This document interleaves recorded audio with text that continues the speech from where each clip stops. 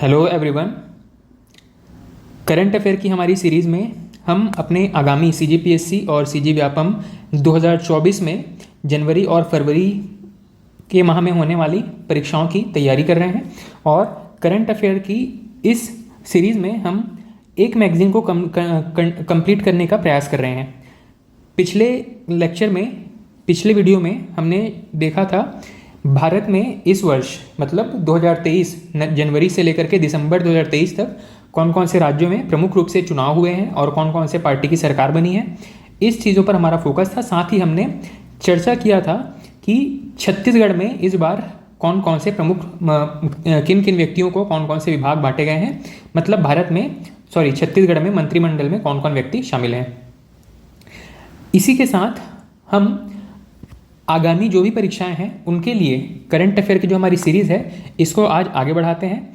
और आगे बढ़ने से पहले हमने कल की क्लास में जो भी पढ़ा था उन सभी को एक बार फटाफट रिवाइज कर लेते हैं। ठीक है, तो हमने शुरुआत किया था कि छत्तीसगढ़ में कौन कौन से व्यक्तियों को मंत्री बनाया गया है। तो सीएम बनाए गए हैं विष्णुदेव साय। कौन कौन से मंत्रालय इनके पास में है? खनिज, ऊर्जा और परिवहन। नेक्स्ट है अरुण साव, इनको क्या मिला है? लोक निर्माण और लोक स्वास्थ्य। नेक्स्ट है विजय शर्मा, इनको गृह मंत्री और जेल मंत्री बनाया गया है। अब इसमें ध्यान क्या रखना है, छत्तीसगढ़ में पहली बार ऐसा हुआ है कि एक व्यक्ति को सीएम और दो व्यक्तियों को उप मुख्यमंत्री वाइस सीएम बनाया गया है। ठीक है, तो यहाँ पे ये चीज़ जानने वाली है, महत्वपूर्ण है। उसके बाद में बृजमोहन अग्रवाल जी को मिला है शिक्षा और पर्यटन। शिक्षा में भी दो चीज़ें हैं, एक तो है स्कूल शिक्षा और उच्च शिक्षा, और तीसरा एक है चिकित्सा संबंधी शिक्षा। ठीक है, तो चिकित्सा वाला जो शिक्षा है वो श्याम बिहारी जी को दिया गया है। बृजमोहन अग्रवाल जी को क्या मिला है? स्कूली शिक्षा और उच्च शिक्षा, साथ ही पर्यटन। रामविचार नेताम जी को मिला है आदिम जाति विभाग और कृषि कल्याण मंत्रालय। दयालदास बघेल जी को मिला है खाद्य और उपभोक्ता मंत्रालय। केदार कश्यप जी को क्या मिला है? इन्हें मिला है वन जल और सहकारिता। ठीक है, वन जल और सहकारिता। लखनलाल देवांगन जी को क्या मिला है? इन्हें मिला है वाणिज्य और उद्योग मंत्रालय। श्याम बिहारी जायसवाल जी को क्या मिला है? परिवार कल्याण और चिकित्सा शिक्षा। ओपी चौधरी जी को मिला है वित्त, आवास एवं पर्यावरण और सांख्यिकी विभाग। ठीक है, तो यहाँ तक हम चर्चा कर चुके थे। लक्ष्मी रजवाड़े जो हैं वो एकमात्र महिला मंत्री हैं, महिला एवं बाल विकास विभाग मिला है। टंकराम वर्मा जी को युवा कल्याण और राजस्व विभाग प्राप्त हुआ है। ठीक है, तो इन सभी की चर्चा कर चुके हैं लास्ट क्लास में। अब नेक्स्ट, भारत में कौन कौन से प्रमुख चुनाव हुए हैं, कौन कौन से राज्यों में मुख्य रूप से इलेक्शंस हुए हैं, इसको जरा देख लेते हैं। ठीक है, तो भारत में इस बार 2023 में प्रमुख रूप से इलेक्शन कहाँ कहाँ हुए हैं? तो छत्तीसगढ़ में तो सबसे लास्ट में हुए हैं अभी। इससे पहले भी आपके नवंबर दिसंबर के आसपास मध्य प्रदेश वगैरह में भी और राजस्थान में भी यहाँ भी इलेक्शंस हुए हैं। तो छत्तीसगढ़ में बीजेपी को 54 सीटों के साथ विजय प्राप्त हुई है। ठीक है, टोटल कितनी सीट है? 90 सीट है। मध्य प्रदेश में 230 सीटों में से 163 सीट भाजपा को प्राप्त हुआ है। राजस्थान में 199 सीटों में से 115 सीट राजस्थान को प्राप्त हुआ है। तेलंगाना में 199 में से 64 सीट इंडियन नेशनल कांग्रेस को प्राप्त हुआ है। ठीक है, और मिजोरम में 40 में से 27 सीट जोरम पीपल्स मूवमेंट इस पार्टी को प्राप्त हुआ है। इसको शॉर्ट में ZPM कहा जाता है। ठीक है, उसके बाद में हमने प्रमुख मुख्यमंत्रियों की चर्चा की थी। अलग अलग राज्यों में अलग अलग जो मुख्यमंत्री हैं इनकी चर्चा हम कर चुके थे। यहीं पे हमने बात किया था कर्नाटक विधानसभा जो चुनाव हुए हैं यहाँ पे भी कांग्रेस को जीत प्राप्त हुई है। यहाँ पे जो मुख्यमंत्री हैं सिद्धारमैया, और नागालैंड में नेफ्यू रियो, त्रिपुरा में मणिक साहा और मेघालय में कॉनराड संगमा। ये प्रमुख रूप से 2023 में जो इलेक्शंस हुए हैं और जो मुख्यमंत्री बने हैं इनकी चर्चा हम कर चुके हैं।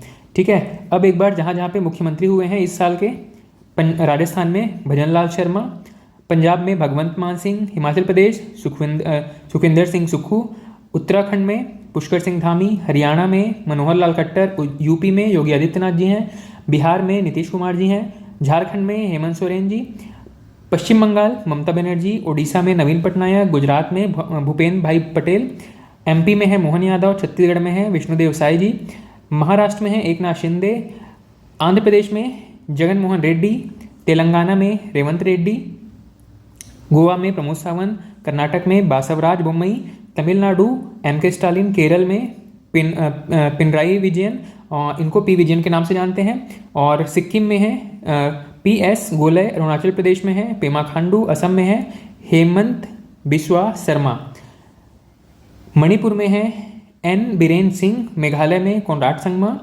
मिजोरम में है लाल दुहोमा, नागालैंड में निफ्यू रियो और त्रिपुरा में है मनिक साहा। ठीक, ये प्रमुख 28 राज्यों के सभी जो मुख्यमंत्री हैं इनकी चर्चा हम कर चुके हैं। अगला हम चर्चा कर रहे थे कि विधानसभा चुनाव में कौन कौन से डेट पे कहाँ पे इलेक्शन हुए हैं और कहाँ पे रिजल्ट किस डेट पे जारी हुआ है। तो छत्तीसगढ़ का याद रखना सबसे महत्वपूर्ण है। ठीक है, 7 नवंबर और 17 नवंबर को इलेक्शंस हुए हैं, 3 दिसंबर को रिजल्ट जारी हुए हैं और इस रिजल्ट में बीजेपी को 54 सीटें प्राप्त हुई है। ठीक है, ये सारा चर्चा हम कर चुके हैं। उसके बाद हम बात कर रहे थे प्रमुख खेल का जो एक इवेंट हुआ है आईसीसी का, जो पुरुषों का वनडे वर्ल्ड कप हुआ है 2023 में। इसमें से क्या क्या चीज़ें इंपॉर्टेंट है इसकी चर्चा वैसे हम लास्ट क्लास में कर चुके हैं, एक बार फटाफट रिवीजन कर लेते हैं। ICC one day world cup male category की बात हो रही है। 2023 में जो इवेंट हुआ है यहाँ पे मेजबानी कर रहा था भारत। ठीक है, भारत जो है वो मेजबान रहा। इस बार भारत में खेल आयोजित किया गया है। इसके अलावा भारत जो है वो 4 बार इस खेल की मेजबानी कर चुका है। इसके ब्रांड एम्बेसडर शाहरुख खान को बनाया गया था। Global brand ambassador Sachin Tendulkar ji को बनाया गया था। इसमें जो सबसे महत्वपूर्ण है वो तो आयोजन के बारे में है। तिथि कब इम्पॉर्टेंट है? तिथि तब इम्पॉर्टेंट है जब भारत भी उसमें शामिल रहा हो। ठीक है, जिस मैच में भारत शामिल है उस मैच की तिथि पूछी जा सकती है, संभावना थोड़ी कम है पर याद रखेंगे। जैसे कि भारत और ऑस्ट्रेलिया फाइनल में पहुंचे थे, कब आयोजित किया गया था? 19 नवंबर 2023 को। कहाँ पे? नरेंद्र मोदी स्टेडियम अहमदाबाद में। विजेता कौन रहा? भारत और ऑस्ट्रेलिया के मैच में ऑस्ट्रेलिया जो है विजेता रहा, 6 बार जीत चुका है। कप्तान थे पैट कमिंस। ठीक है, पैट कमिंस ऑस्ट्रेलिया के कप्तान थे। उप विजेता रहे भारत की टीम उप विजेता रही और रोहित शर्मा यहाँ पे कप्तान थे। ठीक है, player of the match Travis head को प्राप्त हुआ है। Player of the tournament Virat Kohli. इसके अलावा विशेष की चर्चा भी कर चुके थे। सर्वाधिक विकेट लेने वाले थे मोहम्मद शमी। सर्वाधिक रन बनाने वाले हैं ग्लेन मैक्सवेल। सर्वाधिक विकेट एक ही मैच में सर्वाधिक विकेट लेने वाले मोहम्मद शमी। सबसे ज़्यादा शतक क्विंटन डी कॉक। सर्वाधिक अर्धशतक विराट कोहली। सर्वाधिक सिक्सेस रोहित शर्मा। सर्वाधिक catch Daryl Mitchell. Next event जो है वो 4 साल बाद 2027 में दक्षिण अफ्रीका में आयोजित किया जाएगा। ठीक है, नेक्स्ट अभी तक टोटल कहाँ पे कितनी बार आयोजित किया जा चुका है ये इवेंट? तो 13 बार आयोजन हो चुका है। इसमें से भारत ने 4 बार पार्टिसिपेट किया है और 2 बार इसका मैच जो है वो जीता भी है। ठीक, इतनी चर्चा हम कर चुके थे।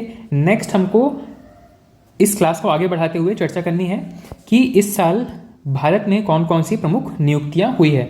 ठीक है, या भारत में प्रमुख रूप से जो पदाधिकारी हैं इस समय, चाहे वो संवैधानिक हो या कह सकते हैं कि कोई भी सरकारी पद है जहाँ पे कोई व्यक्ति मुख्य रूप से न्यूज़ में रहे हैं, इनकी चर्चा अगर करें तो भारत के प्रधानमंत्री, ठीक है, प्रधानमंत्री कौन है अभी? नरेंद्र मोदी जी।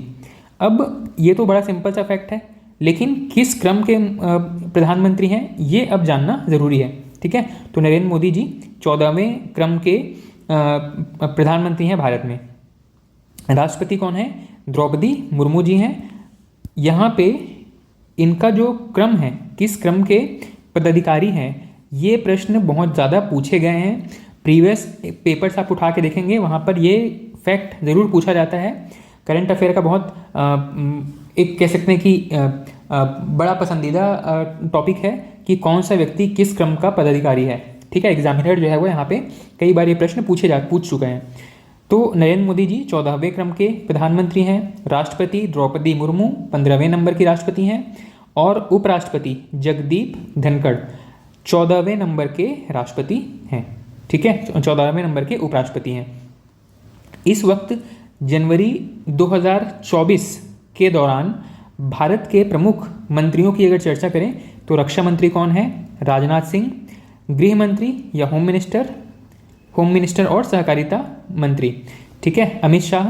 सड़क परिवहन मंत्री नितिन गडकरी। वित्त मंत्री निर्मला सीतारमण।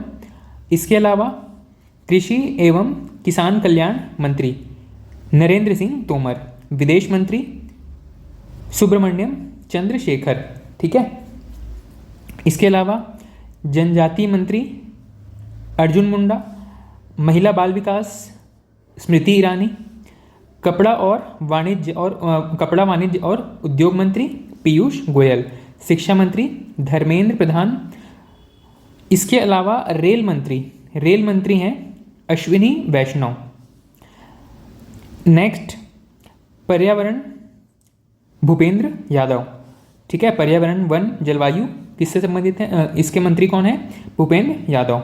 ये कुछ ऐसे प्रमुख नाम हैं जिनको आपको याद रखना जरूरी है। एटलीस्ट इतना याद रहे कि एग्जाम में ऑप्शन में से कुछ 4 ऑप्शन में से आपको एक ऑप्शन समझ में आ जाए कि हाँ आपने इसके बारे में पढ़ा हुआ है, ठीक है।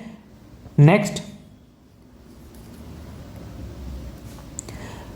भारत में अभी प्रमुख संवैधानिक पदों पर कौन कौन व्यक्ति आसीन है, सत्तासीन है, ठीक है। तो यहाँ पे भारत के इस वक्त मुख्य न्यायाधीश CJI chief justice of India ये कौन है? DY चंद्रचूड़, धनंजय यशवंत चंद्रचूड़। किस क्रम के हैं? 50वें नंबर के CJI हैं। इसके अलावा राष्ट्रीय सुरक्षा सलाहकार 5वें नंबर के हैं अजीत डोभाल। महान्यायवादी 16वें नंबर के हैं R Venkat Raman. Next CAG मतलब कंट्रोलर एंड ऑडिटर जनरल 14वें नंबर के हैं गिरीश चंद्र मुर्मू, ठीक है। और CGA इसी से ही मिलता जुलता एक पोस्ट है CGA, इसका मतलब है महालेखा नियंत्रक। ये कौन है? SS दुबे 28वें नंबर के हैं, ठीक है। CAG और CGA दोनों में एक बेसिक सा डिफरेंस है। CAG ज़्यादा बड़ा पोस्ट है CGA से, ठीक है। तो इन दोनों को याद रखिएगा। CAG विशेष रूप से पूछे गए हैं एग्जाम्स में। CGA के बारे में पूछा गया था पिछले साल या उसके पिछले साल, क्योंकि तब जो है वो CGA एक महिला थी और भारत के इतिहास में पहली बार एक महिला को CGA बनाया गया था, इसीलिए वहाँ पे वो प्रश्न बना था। अदरवाइज CAG के बारे में ज़्यादा पूछा गया है। क्रम भी याद रखेंगे। CJI हैं 50वें नंबर के, सुरक्षा सलाहकार हैं 5वें नंबर पे और महान्यायवादी हैं 16वें क्रम के। CAG हैं 14वें क्रम के, ठीक है। इतनी बात याद रखेंगे। उसके बाद में निर्वाचन आयोग, इसकी चर्चा करते हैं। निर्वाचन आयोग के बारे में आपको पता है भारत में चुनाव करवाने वाली सबसे महत्वपूर्ण संस्था है। इस वक्त निर्वाचन आयोग के मुख्य निर्वाचन आयुक्त कौन है? आपको पता है कि वर्तमान में निर्वाचन आयोग एक 3 सदस्यीय संस्था है। इसमें इतिहास में अगर चलेंगे कि जब भारत में निर्वाचन आयोग का प्रावधान किया गया तो इसमें कभी एक व्यक्ति थे, उसके बाद में एक से ज़्यादा व्यक्तियों का प्रावधान किया गया, फिर हटा दिया गया, फिर से कुछ व्यक्तियों को इसमें जोड़ा गया। तो ये याद रखिएगा कि मुख्य निर्वाचन आयुक्त का पद हमेशा से बना रहा है। इसमें जो अन्य निर्वाचन आयुक्त हैं इनके पदों में कभी भी कटौती होती रही है, ठीक है। कभी बढ़ा दिए, कभी घटा दिए, इस तरीके से चलता रहा है। लेकिन अभी भारत के मुख्य निर्वाचन आयुक्त कौन है? राजीव कुमार, ठीक है। प्राइमरी आपका फोकस होना चाहिए राजीव कुमार जी के नाम के ऊपर। मुख्य निर्वाचन आयुक्त राजीव कुमार। अन्य निर्वाचन आयुक्त 2 हैं अभी भारत में, अनूप चंद्र पांडे और अरुण गोयल। इसी तरीके से केंद्रीय सूचना आयोग, ठीक है, केंद्रीय सूचना आयोग। केंद्रीय सूचना आयोग में भी मुख्य सूचना आयुक्त कौन है? हीरालाल सामरिया, ठीक है। हीरालाल सामरिया मुख्य सूचना आयुक्त। उसके बाद में RBI के प्रमुख, ये बड़ा ही फेमस है, एग्जाम के लिए टॉपिक बड़ा फेमस है। RBI के गवर्नर कौन है? शक्तिकांत दास 25वें नंबर के गवर्नर हैं। ठीक है। और डिप्टी गवर्नर कौन है, तो आपको पता है कि भारत में एक गवर्नर और 4 डिप्टी गवर्नर होने का प्रावधान किया गया है। ठीक है, तो फिलहाल तो आप गवर्नर का नाम, उसका सीक्वेंस याद रखिएगा। 25वें नंबर के गवर्नर हैं शक्तिकांत दास। बाकी के नाम आप चाहें तो पढ़ सकते हैं, याद रखना है तो रख सकते हैं, पर इसको भूलना नहीं है। इस पीडीएफ को पढ़ाने का उद्देश्य, इस मैगजीन को पढ़ाने का उद्देश्य और डिस्कस करने का उद्देश्य ये है कि इसमें से भी कुछ ऐसे बिंदु जो कि आपको किसी भी कीमत पे नहीं छोड़ने हैं, उनकी चर्चा मैं आपसे कर लूँ। पढ़ने के तो आप भी ये पूरा पीडीएफ पढ़ सकते हैं, ठीक है, पर जो चीज़ आपको बिल्कुल प्राइमरी फोकस में रखना है वो इतनी ही चीज़ें हैं जो कि मैं हाईलाइट करते चल रहा हूँ। ठीक है, तो इस समय भारत के संसद में प्रमुख व्यक्ति, प्रमुख पदों पर कौन कौन है, तो लोकसभा के अध्यक्ष कौन है, ओम बिरला। इसके अलावा राज्यसभा के सभापति कौन है, जगदीप धनखड़। अब ये बताइएगा कि सभापति भारत के किस पद का शपथ लेता है और किस पद के लिए वेतन लेता है। ठीक है, उपसभापति कौन है, हरिवंश नारायण सिंह। हरिवंश नारायण सिंह ये कौन है, उपसभापति। एक बार फिर से रिवाइज करते हैं। अध्यक्ष ओम बिरला, भारत के राज्यसभा में सभापति जगदीप धनखड़, उपसभापति हरिवंश नारायण सिंह। ठीक, इसके बाद में नीति आयोग। नीति आयोग किसको रिप्लेस करके बना है बताएंगे। अध्यक्ष कौन है नीति आयोग के, प्रधानमंत्री। बाय डिफॉल्ट अध्यक्ष हो जाते हैं, तो प्रधानमंत्री कौन है अभी, नरेंद्र मोदी। उपाध्यक्ष कौन होंगे इसके, सुमन बेरी। सुमन बेरी जो है इसके उपाध्यक्ष हैं। और सीईओ, ये तीनों ही पोस्ट बहुत महत्वपूर्ण है, पूछे जाते हैं तीनों के बारे में, अध्यक्ष, उपाध्यक्ष और सीईओ। अध्यक्ष तो हमेशा बाय डिफॉल्ट प्रधानमंत्री होंगे। प्रधानमंत्री जब भी जो देश में जो व्यक्ति प्रधानमंत्री होगा वही जो है वो, योजना आयोग जब था तो योजना आयोग में, और नीति आयोग जब है तो नीति आयोग में अध्यक्ष के रूप में काम करेंगे प्रधानमंत्री। ठीक है, उपाध्यक्ष का नाम और सीईओ का नाम याद रखना है।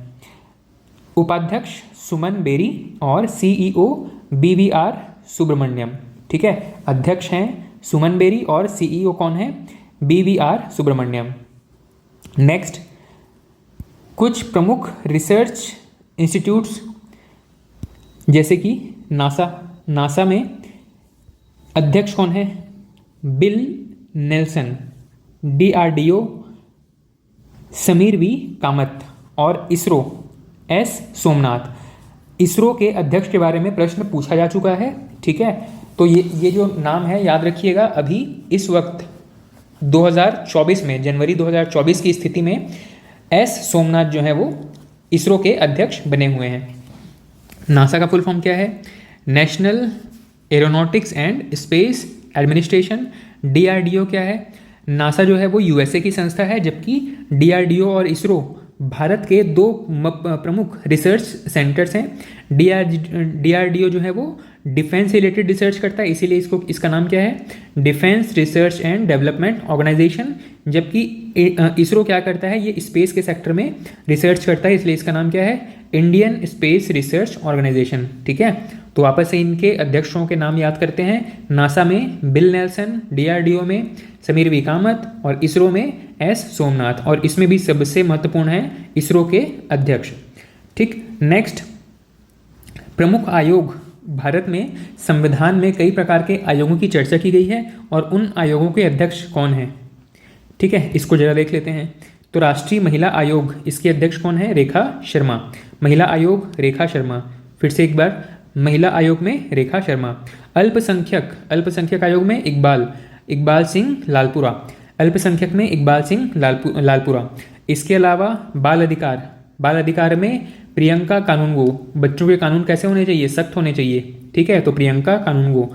मानवाधिकार आयोग में अरुण कुमार मिश्रा। ठीक, अरुण कुमार मिश्रा मानवाधिकार। पिछड़ा वर्ग आयोग, OBC वाला जो आयोग है, तो राष्ट्रीय पिछड़ा वर्ग आयोग में हंसराज गंगाराम अहीर कौन है, पिछड़ा वर्ग आयोग के अध्यक्ष हैं। उसके बाद में अनुसूचित जनजाति। आपको ये याद रहना चाहिए कि पहले जो है वो अनुसूचित जाति जनजाति आयोग एक ही हुआ करता था। पहले तो ये तीनों एक हुआ करते थे, अनुसूचित जाति जनजाति और OBC। बाद में अनुसूचित जाति जनजाति एक हुआ और OBC अलग किया गया। लेकिन अब अनुसूचित जाति भी अलग हो गया, अनुसूचित जनजाति भी अलग हो गया है और OBC आयोग भी अलग हो गया है। ठीक है, तो राष्ट्रीय पिछड़ा वर्ग आयोग में हंसराज गंगाराम अहीर, अनुसूचित जनजाति में हर्ष चौहान और अनुसूचित जाति में विजय सांपला। ठीक, इसके बाद में AEC, AEC क्या है? Atomic energy committee. ठीक है, परमाणु ऊर्जा आयोग में अजीत कुमार मोहंती, इनका नाम इस साल चर्चा में रहा है, ये नाम याद रखना है आपको, अजीत कुमार मोहंती। ठीक है, और यहाँ पे एक और चीज़ ध्यान में देंगे कि अनुसूचित जनजाति वाले में अभी त्यागपत्र की वजह से वर्तमान में ये पद जो है वो रिक्त है। इसका मतलब है कि जब भी आप एग्ज़ाम देने जा रहे होंगे उस टाइम एक बार इसको क्रॉस चेक कर लीजिए, क्या इसमें किसी की अपॉइंटमेंट हो गई है। अगर अपॉइंटमेंट हो गई है या अगले 1 महीने में कोई अपॉइंटमेंट हो जाती है और मैं अगर इस न्यूज़ को वापस कहीं पे पढ़ता हूँ तो मैं इसको अपडेट करके आपको बता दूंगा किसी वीडियो में। पर यहाँ पे अभी आप याद रखेंगे कि हर्ष चौहान जो है वो अनुसूचित जनजाति आयोग के अध्यक्ष थे, अभी यह त्यागपत्र दे दिए हैं और यहाँ पे ये पद जो है वो रिक्त है। ठीक है, अब भारत में जो सेना प्रमुख हैं इनकी चर्चा कर लेते हैं। भारत में आपको पता है 3 अलग अलग लेवल्स पे सेनाओं का गठन किया गया है, जल सेना, थल सेना और वायु सेना। इन सभी को कोऑर्डिनेट करने के लिए एक सुप्रीम अथॉरिटी का निर्माण किया गया था, पिछले 1-2 साल में चर्चा चल रही थी और भारत में इसके लिए एक पद का सृजन किया गया था जिसको हम कहते हैं CDS, chief of defence staff. तो भारत के पहले चीफ ऑफ डिफेंस स्टाफ जिनकी हाल ही कुछ समय पहले दुर्घटना में मृत्यु हुई थी, नाम बताएंगे आप मुझे उसका। और चीफ ऑफ डिफेंस स्टाफ अभी जो 2nd नंबर पे हैं, CDS 2nd, ये कौन है? अनिल चौहान। ठीक है, 2nd नंबर पे कौन है? अनिल चौहान। 1st नंबर का मुझे लगता है आप याद कर चुके होंगे, बिपिन रावत। बिपिन रावत जी जो है वो 1st CDS थे, एक हेलीकॉप्टर दुर्घटना में उनकी मृत्यु हो गई है और अब CDS का एक नए CDS बनाए गए हैं, इनका नाम क्या है? अनिल चौहान। नेक्स्ट, नौसेना अध्यक्ष। ठीक है, नेवी के अध्यक्ष या नेवी के सुप्रीम लीडर कौन है अभी? आर हरि कुमार नौसेना अध्यक्ष हैं। वायुसेना में विवेक राम चौधरी नौसेना अध्यक्ष। थल सेना अध्यक्ष में मनोज पांडे जी जो है वो थल सेना अध्यक्ष हैं।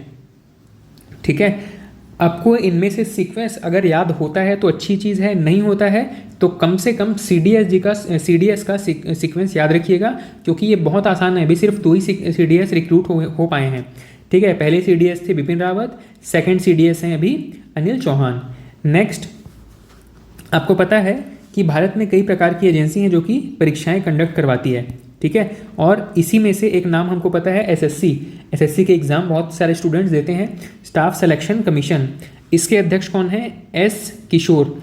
ये तो कभी पूछा नहीं गया है, पूछा किसके बारे में गया है? UPSC के अध्यक्ष के बारे में पूछा गया है। ठीक है, तो फिलहाल भारत में अभी जो बड़ी संस्थाएं हैं उनमें एक तो SSC है, एक UPSC है और अभी हाल ही में एक नई संस्था के गठन का प्रावधान किया गया है। इस संस्था का नाम है NTA, national testing agency. Bharat में जितने भी वनडे एग्जाम्स होते हैं उन सभी को मर्ज करके एक एग्जाम कंडक्ट करवाया जाए, ऐसा प्रस्ताव रखा गया था और उसी के लिए NTA का गठन किया गया है। ठीक है, तो NTA के अध्यक्ष कौन है? सुबोध कुमार सिंह। UPSC में मनोज सोनी।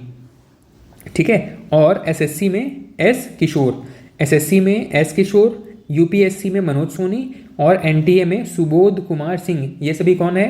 प्रमुख परीक्षा एजेंसियों के अध्यक्ष हैं। ठीक है, इसके बाद में अर्धसैनिक बल। भारत में आपको पता है कि आर्मी कई प्रकार के इनको कह सकते हैं कि अलग अलग एरिया में डिप्लॉय करने के लिए इनके कई प्रकार के इनमें कई प्रकार के कह सकते हैं कि कैटेगरीज हैं, कह सकते हैं एक बेसिक सा डिफरेंस है कि जैसे कि पहाड़ी एरिया में तैनात किए जाने के लिए एक अलग कह सकते हैं कि फिटनेस लेवल की रिक्वायरमेंट है। ठीक है, उस एरिया में रहने वाले लोग जो पहाड़ी एरिया में रह रहे हैं वो एक अलग टाइप के स्किल्स को लेकर के बड़े होते हैं। ठीक है, उनकी अपब्रिंगिंग वैसी होती है, वो पहाड़ी क्षेत्रों में ज़्यादा बेहतर तरीके से सर्वाइव कर सकते हैं। ठीक है, तो वहाँ पे जो एक पुलिस फोर्स या कह सकते हैं कि आर्मी का एक जो कैटेगरी है जिसको कि हम क्या कहते हैं ITBP कहते हैं, उसी प्रकार से भारत में अलग अलग क्षेत्रों पे तैनात किए जाने के लिए जो सेना के जवान हैं उनको अलग अलग प्रकार से तैयारी प्रशिक्षण देने की जिम्मेदारी होती है। ठीक है। और इस प्रशिक्षण के बाद उनको अलग अलग पद मिल रहे हैं, अलग अलग टाइप से उनको जो पूरा रिक्रूटमेंट का प्रोसेस है और उनका जो वर्क प्रोफाइल है उसके अकॉर्डिंग भारत में कई प्रकार से कैटेगरीज हैं सैनिक बलों के, ठीक है। उसी में एक है BSF, बॉर्डर सिक्योरिटी फोर्स, ठीक है। एक को हम कहते हैं CRPF, central reserve police force. एक है RPF, रेलवे प्रोटेक्शन फोर्स। एक है ITBP, Indo Tibet border police, ठीक है। एक है NSG, नेशनल सिक्योरिटी गार्ड। एक है NCC, ये तो NCC वैसे स्पेशली कह सकते हैं कि कॉलेज लेवल से लेकर के या स्कूल लेवल से ही बच्चों को सेना के प्रति जिन बच्चों की रुचि है वो क्या कर सकते हैं, स्कूल्स में ही या कॉलेजेस में ही NCC ज्वाइन कर सकते हैं, ठीक है। इसका पूरा नाम क्या है, नेशनल कैडेट कोर। और एक है ICG, इंडियन कोस्ट गार्ड, ठीक। तो अलग अलग एरिया में डिप्लॉय करने के लिए, अपनी सेवाएं देने के लिए इनको अलग अलग ट्रेनिंग की रिक्वायरमेंट होती है और उसी के हिसाब से ये विभिन्न कैटेगरीज बनाई गई हैं, ठीक। अब इनमें मुझे पता है कि ये कुछ चीज़ें जो है बहुत लेंदी हो सकती हैं, लेकिन इसमें एक आध बार ऐसा हुआ है कि कोई व्यक्ति बड़ा किसी विभाग का बड़ा फेमस व्यक्ति था जिसको कि इनमें से किसी का अध्यक्ष बनाया गया हो और वहाँ से प्रश्न पूछा गया हो।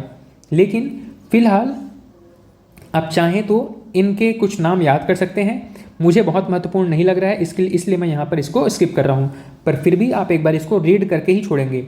BSF के जो सुप्रीम है भी वो कौन है, नितिन अग्रवाल। इसके अलावा सशस्त्र बल न्यायाधिकरण के अध्यक्ष हैं जस्टिस राजेंद्र मेनन।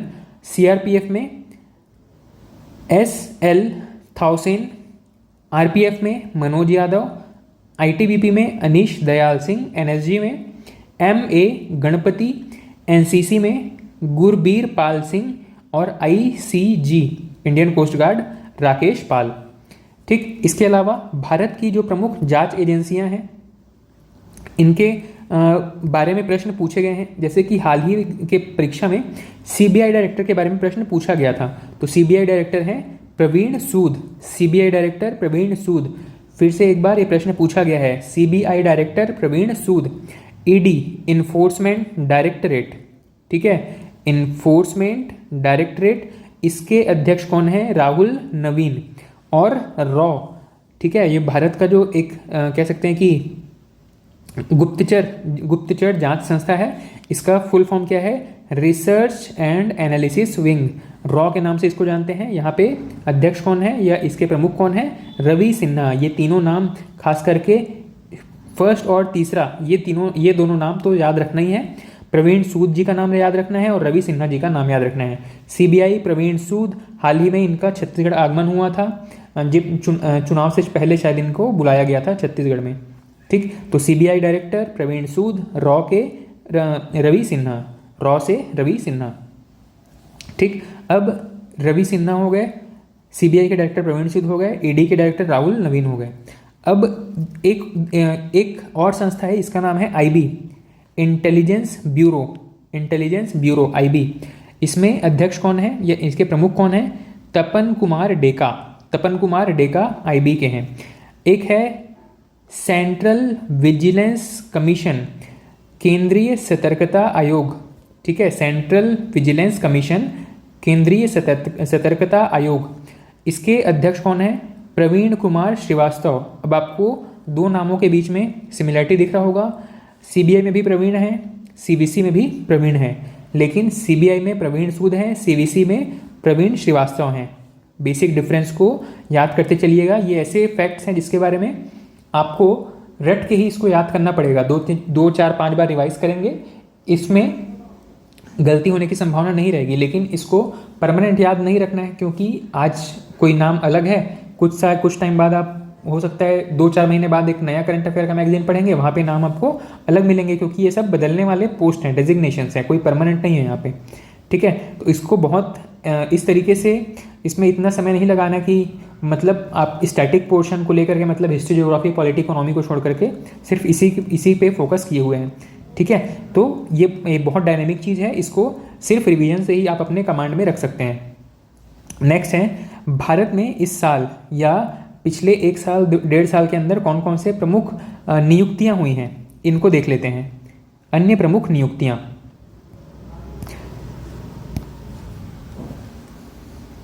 देखिए सबसे पहले है देश में सबसे पहले मुख्य सूचना आयुक्त। सूचना आयुक्त तो इससे भी पहले हो चुके हैं, लेकिन यहाँ पे क्या बोला गया है, दलित, किसी दलित व्यक्ति को सूचना आयुक्त बनाया गया हो। ये कौन है, हीरालाल सामरिया। हीरालाल सामरिया जी का नाम भी आप आगे पढ़ चुके हैं, पहले पढ़ चुके हैं इनके बारे में, ठीक है। इसके बाद में मुख्य आर्थिक सलाहकार, मुख्य आर्थिक सलाहकार कौन है, वी अनंत नागेश्वरन। मुख्य आर्थिक सलाहकार वी अनंत नागेश्वरन।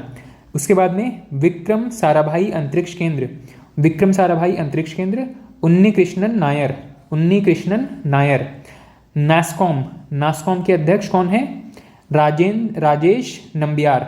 नास्कॉम क्या है, इसके बारे में आप एक बार गूगल करेंगे, ठीक है। नास्कॉम राजेश नाम्बियार। जेएनयू, जेएनयू में अध्यक्ष कौन है, शांति श्री धुलीपुरी, शांति श्री धुलीपुरी। सेबी, सेबी की अध्यक्ष, सेबी में पहली महिला अध्यक्ष माधवी पुरी बुच, ठीक है। अब इनके नाम क्यों इंपॉर्टेंट हैं, क्योंकि ये पहली महिला हैं, ठीक है। जेएनयू में अध्यक्ष तो और भी हुए हैं, लेकिन पहली महिला अध्यक्ष हुई हैं शांति श्री धुलीपुरी, और सेबी में भी पहली महिला अध्यक्ष हुई हैं माधवी पुरी बुच, ठीक है। नास्कॉम के अध्यक्ष के बारे में मुझे लगता है आप नास्कॉम के बारे में खोज चुके होंगे, ठीक है। जैसे ही मैंने कहा कि नास्कॉम के बारे में आप खोजेंगे तो उसी समय वीडियो पॉज करके इसके बारे में पढ़ लेना है, क्योंकि आपको पता है कि आप कितने सीरियस हैं। वीडियो खत्म होने के बाद शायद ही आप इसको खोजने का प्रयास करेंगे। तो नास्कॉम के अध्यक्ष राजेश नाम्बियार। चलिए मैं यहीं पे आपको बता देता हूँ नास्कॉम क्या है। नास्कॉम एक टेक्निकल ग्रुप है जहाँ पे बहुत सारी जो कंपनीज हैं, तकनीक के क्षेत्र से जो संबंधित कंपनियां हैं, खास करके आईटी या सॉफ्टवेयर फील्ड से, वो यहाँ पर एक उनकी एक नॉन प्रॉफिटेबल एक कह सकते हैं कि संस्था है, सबको रेगुलेट करने वाली, ठीक। इसका फुल फॉर्म क्या है, national association of software and service companies. National association for software, national association for software and service companies. Actually में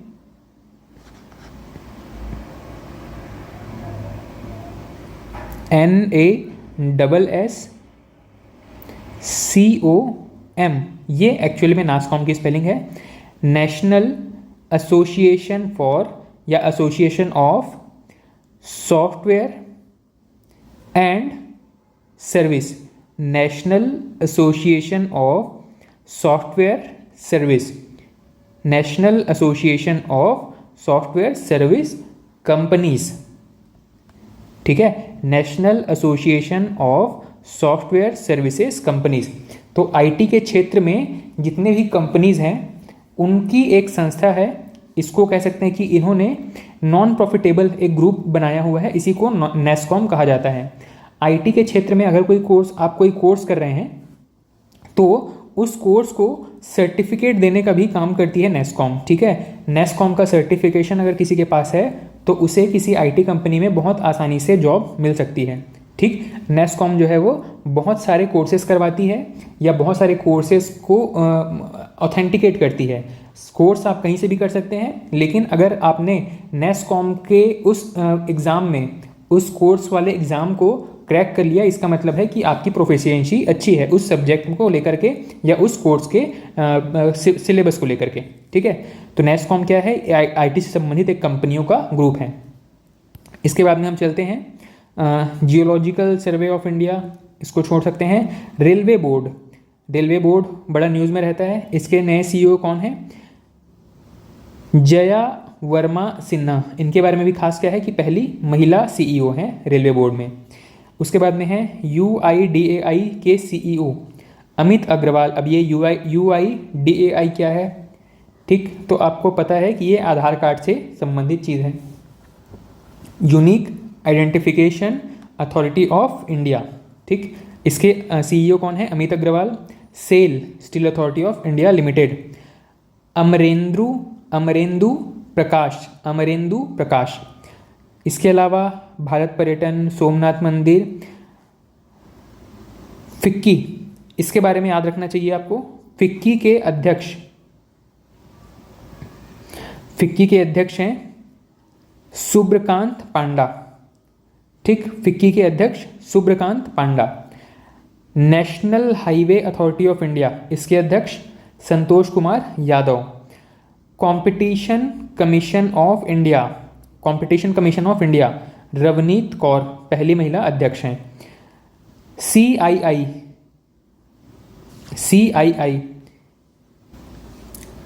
कॉन्फेडरेशन ऑफ इंडियन इंडस्ट्री, भारतीय उद्योग परिसंघ, इसके अध्यक्ष R दिनेश। और भारत के अभी वर्तमान CVC, सेंट्रल विजिलेंस कमिश्नर या मुख्य सतर्कता आयुक्त, चीफ विजिलेंस कमिश्नर, मुख्य सतर्कता आयुक्त प्रवीण कुमार श्रीवास्तव। ठीक है, अब इसको रिवीजन करना आपकी जिम्मेदारी है। जो महत्वपूर्ण है वो मैं बताते चल रहा हूँ। अंतर्राष्ट्रीय राष्ट्राध्यक्ष कौन कौन? तो तुर्की के भी राष्ट्रपति एर्दोगन महत्वपूर्ण है, न्यूज़ में रहे हैं। चीन के राष्ट्रपति शी जिनपिंग, 3rd टेन्योर है इनका, 3रा कार्यकाल है। नेपाल में राष्ट्रपति, नेपाल के राष्ट्रपति बहुत महत्वपूर्ण नहीं है, लेकिन नेपाल के प्रधानमंत्रियों के नाम पूछे गए भी हैं। लेकिन नेपाल के राष्ट्रपति इस समय रामचंद्र पौडेल। बांग्लादेश के प्रधानमंत्री नहीं इम्पोर्टेंट है, प्रधानमंत्री इम्पोर्टेंट है। ठीक है, तो बांग्लादेश के फिलहाल राष्ट्रपति यहाँ पे कौन है? मोहम्मद शहाबुद्दीन चुप्पू। फिनलैंड की प्रधानमंत्री महत्वपूर्ण है पेटेरी ओरपो। और नाइजीरिया के राष्ट्रपति ये महत्वपूर्ण नहीं है, इनको छोड़ सकते हैं। तो फिलहाल आप चाहें तो इन 3 देशों के, तुर्की, चीन और नेपाल, इनके राष्ट्रपति का नाम याद रखिएगा, बाकियों के प्रधानमंत्री महत्वपूर्ण हैं। नेक्स्ट, प्रमुख अंतर्राष्ट्रीय संगठन। ठीक है, अंतर्राष्ट्रीय संगठन, इंटरनेशनल ऑर्गेनाइजेशन, इनके हेड कौन कौन हैं? तो WHO के महानिदेशक हैं टेड्रोस घेब्रेसियस। नेक्स्ट हैं WHO के रीजनल निदेशक। अब रीजनल का मतलब है कि पूरे विश्व को कई एरियाज में डिवाइड किया जाता है और इन सभी को कंट्रोल करने के लिए एक हेड, सभी एरिया को कोऑर्डिनेट करने के लिए एक हेड बनाया जाता है। इसी को कहा जा रहा है क्षेत्रीय निदेशक। ये कौन है? डॉक्टर साइमा वाजिद। लेकिन ये बहुत महत्वपूर्ण नहीं है। WHO के बारे में ज़्यादा से ज़्यादा आपको इनके महानिदेशक के बारे में प्रश्न पूछा जा सकता है, या भारतीय कोई व्यक्ति है जो किसी खास पद पर है, तब जा करके वहाँ से प्रश्न बने हैं। अदरवाइज बहुत ज़्यादा नाम, बहुत ज़्यादा कंफ्यूजिंग फैक्ट्स याद रखने की आवश्यकता नहीं है। जो आपके हाथ में है, जो आपको लगता है कि एकदम कह सकते हैं कि फर्स्ट प्रायोरिटी वाली चीज़ें हैं, उनको हमेशा याद रखने का प्रयास करेंगे पहले नंबर पे। उसके बाद एक बार अगर वहाँ पे आप कंफर्टेबल हो गए तो फिर सेकेंडरी चीज़ों को पढ़ सकते हैं। और सिर्फ इतना पढ़ना है कि एग्ज़ाम में 4 ऑप्शंस में से एक ऑप्शन देख करके वो नाम याद आ जाए। हमेशा रटा रहे आपको ज़बान पे, ये ज़रूरी नहीं है। ठीक है, तो WHO के महानिदेशक टेड्रोस घेब्रेसियस, WHO के टेड्रोस घेब्रेसियस, WTO के नागोजी ओकोंजो इवेला। ये नाम भले याद न रहे, लेकिन एग्ज़ाम में WTO पढ़ने के साथ आपको 4 ऑप्शंस में से एक ऑप्शन ये समझ में आ जाना चाहिए कि इसको आपने पढ़ा था। मैं आपको अगर कभी भी पूछूं और आप सीधे बता दें, ये आवश्यक नहीं है, लेकिन ये ज़रूरी है कि आप एक बार अगर इसको पढ़ चुके हैं तो सही ऑप्शन पे तुक्का लगा सकें। ठीक है, नेक्स्ट है ब्रिक्स बैंक। ब्रिक्स बैंक के अध्यक्ष हैं डिल्मा रूसेफ, ठीक है। ब्राज़ील के पूर्व राष्ट्रपति रह चुकी हैं डिल्मा रूसेफ।